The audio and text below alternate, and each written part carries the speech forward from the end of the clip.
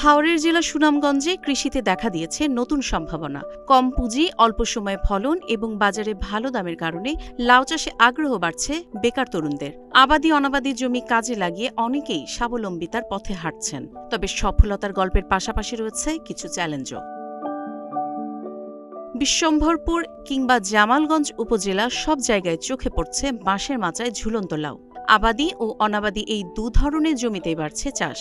ফলন সন্তোষজনক হওয়ায় খুশি কৃষকরা।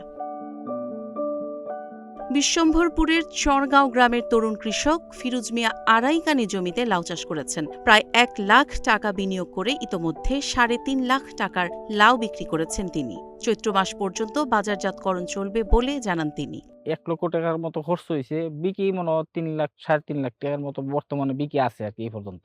আরো মনে করুন যদি গুড়ি-টুড়ি আমরা না ভাঙি আরো ২-৩ চৈত মাস পর্যন্ত আমরা বিক্রি করতে পারবো। আমরা বিক্রি করার সময় আমরা লেবারের সময় দেওয়ার টাকা পয়সার অভাবে থাকি।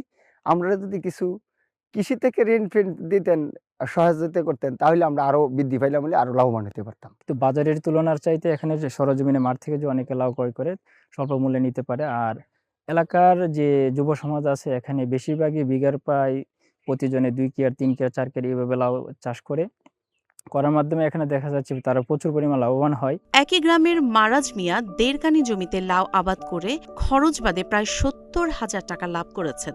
জ্যৈষ্ঠ মাস পর্যন্ত বিক্রি অব্যাহত থাকবে বলে আশাবাদী তিনি। বেশি চাষ হওয়ার কারণে আমরা লাউটা তুলনামূলকভাবে আমরা অনেকটাই কমে আমরা পাই এবং হাতের কাছে পাই, টাটকা লাউ পাই। বেকারত্ব দূরীকরণ এবং যুবকদের অর্থনৈতিকভাবে স্বাবলম্বী করে গড়ে তুলতে হাওড় অঞ্চলে লাউ চাষ গুরুত্বপূর্ণ ভূমিকা রাখছে।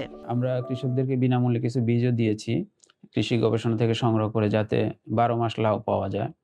তো এই লাউ চাষ করতে অনেক তরুণ কৃষক আগ্রহী হয়ে আসছে, কারণ এটা একটা লাভজনক হওয়াতে আমরা তরুণ কৃষকদেরকে বিশেষ করে উদ্যোক্তা তৈরির জন্য আমরা বিভিন্ন প্রকল্পের মাধ্যমে আমরা প্রশিক্ষণ দিয়ে যাচ্ছি। কৃষি বিভাগের তথ্য অনুযায়ী চলতি মৌসুমে জেলায় ১ হেক্টর জমিতে লাউ আবাদ হয়েছে। উৎপাদনের লক্ষ্যমাত্রা নির্ধারণ করা হয়েছে ১৪ মেট্রিক টন। ইতোমধ্যে সেই লক্ষ্যমাত্রা অর্জিত হয়েছে এবং উৎপাদন অব্যাহত রয়েছে।